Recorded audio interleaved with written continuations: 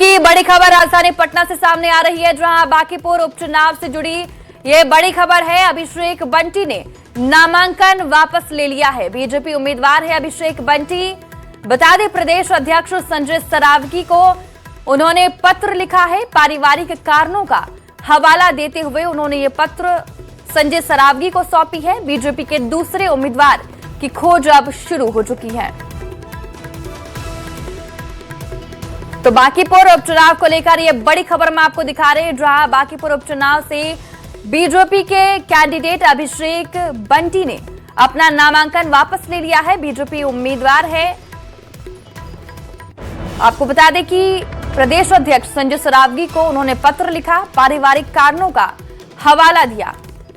अब बीजेपी अपने दूसरे उम्मीदवार की खोज शुरू कर रही है।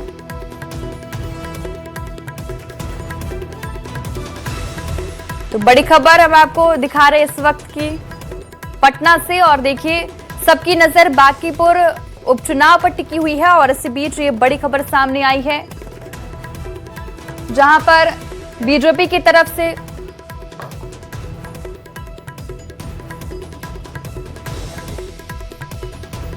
देखिए बीजेपी की तरफ से उतारे गए कैंडिडेट अभिषेक बंटी ने नामांकन वापस लिया है। बीजेपी उम्मीदवार है अभिषेक बंटी, और अब दूसरे उम्मीदवार की तलाश है बीजेपी को। तो इस वक्त की बड़ी खबर हम आपको दिखा रहे हैं, कुछ टीवी स्क्रीन पर नजर आ रहा होगा। और कल ही बीजेपी ने अपने उम्मीदवार की घोषणा की, और आज ये बड़ी खबर सामने आई है।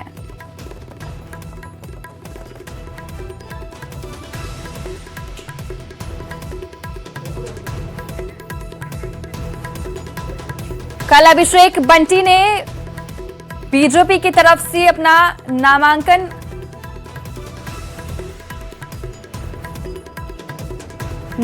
भरा। रवि एस नारायण मेरे सहयोगी ज्यादा जानकारी के साथ फोन लाइन पर जुड़ रहे हैं। रवि एस नारायण, ये किसके पीछे जो बीजेपी उम्मीदवार हैं बंटी, उन्होंने इसके पीछे क्या रीजन दिया है? अभिषेक का सिन्हा बंटी ने ये नामांकन क्यों वापस हुआ? सबसे बड़ी देखिए चौंकाने वाली संतोष यही बात है कि एक दिन पहले जो है वो नामांकन की जो है यहाँ पे सिर्फ उम्मीदवार की घोषणा नहीं, प्रदेश अध्यक्ष जो है वो साथ में वहाँ पे नामांकन के लिए गए। उसके बाद जनसभा हुई, वहाँ पे तमाम लोग, मुख्यमंत्री सम्राट चौधरी के साथ साथ जितने बड़े चेहरे थे उस जनसभा में संबोधित किया उन्होंने। और इसकी तैयारी जो है बड़ा लाल लश्कर के साथ हुआ। लेकिन 24 घंटों के अंदर जो है अभिषेक बंटी ने यहाँ बीजेपी कार्यालय पहुंचते हैं और उन्होंने ऐलान किया कि अपनी जो उम्मीदवारी है वो वापस ले। रवि एस, मैं आपके पास आता हूं। सबसे पहले अभिषेक सिन्हा बंटी ने क्या कुछ कहा है इस नामांकन वापस लेने को लेकर, वो सुनवाते हैं अपने दर्शकों को। को पत्र दिया हूं जो आपके सामने पढ़ रहा हूं। सेवा में माननीय प्रदेश अध्यक्ष महोदय, भारतीय जनता पार्टी बिहार प्रदेश महोदय, सादर प्रणाम है। मुझे भारतीय जनता पार्टी ने बांकीपुर विधानसभा में उपचुनाव में एनडीए का प्रत्याशी बनाया था। उसके लिए केंद्रीय नेतृत्व, प्रदेश नेतृत्व का मैं आभार व्यक्त करता हूं। विनम्रता के साथ आपको आगाह करना चाहता हूं कि मैं पारिवारिक कारण से विधानसभा उपचुनाव लड़ने में असमर्थ हूं। मैं कार्यकर्ता के नाते निष्ठापूर्वक सेवा देते रहूंगा। और रवि एस नारायण मेरे सहयोगी लगातार मेरे साथ फोन लाइन पर बने हुए हैं। रवि एस नारायण, पारिवारिक कारण बताया जा रहा है, लेकिन 24 घंटे के अंदर आखिर ऐसा क्या हुआ कि पारिवारिक कारण के चलते बीजेपी के प्रत्याशी को अपना नामांकन वापस लेना पड़ रहा है? सबसे बड़ा सवाल यही है कि 24 घंटों में आखिर ऐसा क्या हुआ जिसके कारण जो है वो नामांकन जो है वापस ले रहे हैं। बीजेपी में तमाम बड़े नेता जो है यहाँ पे मौजूद हैं, लेकिन कोई भी कुछ कहने को तैयार नहीं।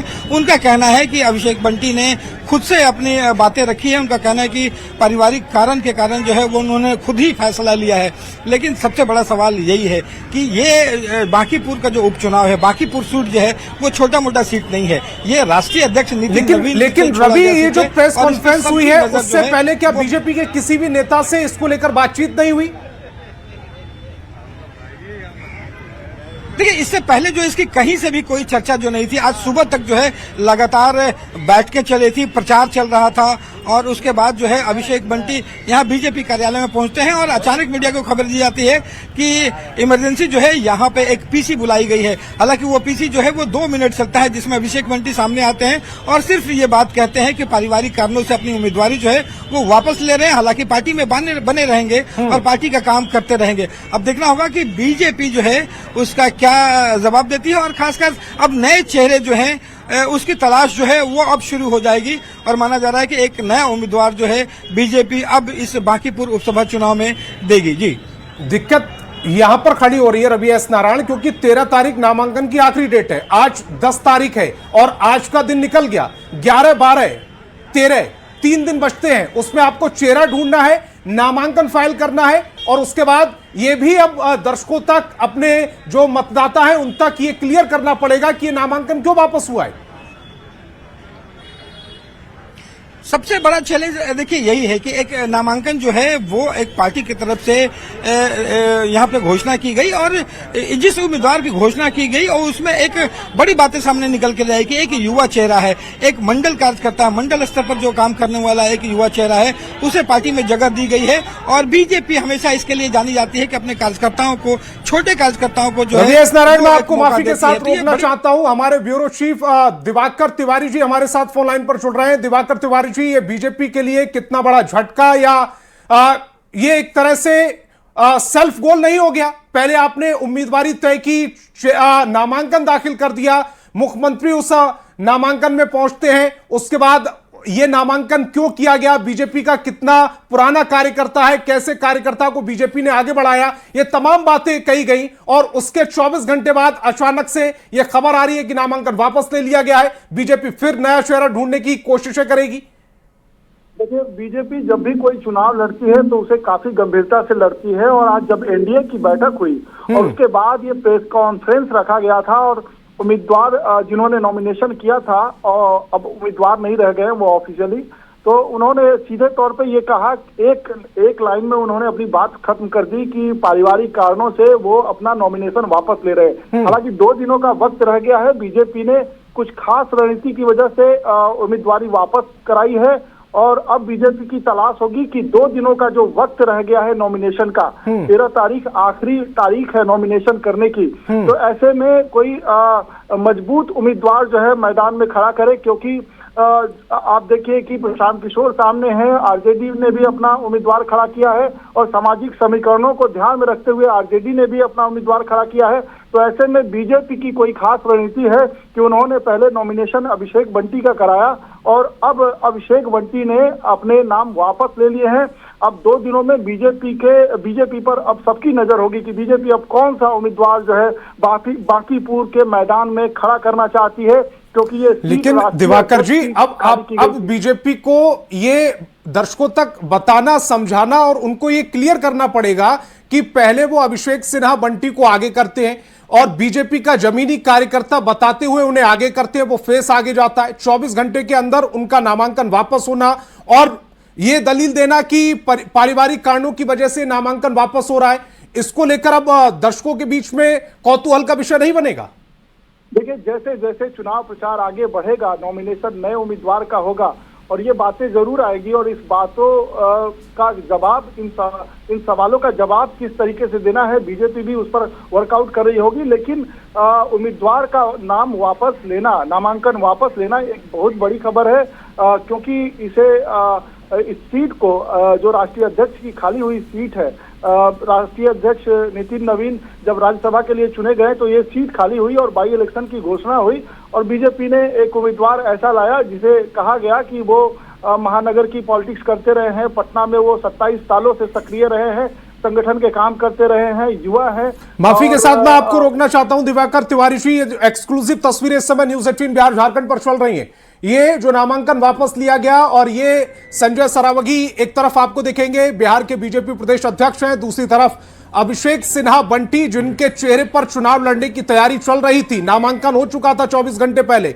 और अब वो नामांकन वापस ले लिया गया है। पारिवारिक कारण बताए जा रहे हैं, और दोनों ही चेहरे देखिए, इस समय स्ट्रेस दोनों चेहरों पर साफ नजर आ रही है। और दिवाकर जी, ये स्ट्रेस अब बीजेपी के जो कार्यकर्ता हैं, जो अब तक ये बताने की कोशिश कर रहे थे घर घर जाकर ग्राउंड पर कि अभिषेक सिन्हा बंटी क्यों बांकीपुर के लिए सबसे महत्वपूर्ण उम्मीदवार होंगे, उनके चेहरे पर भी होगी।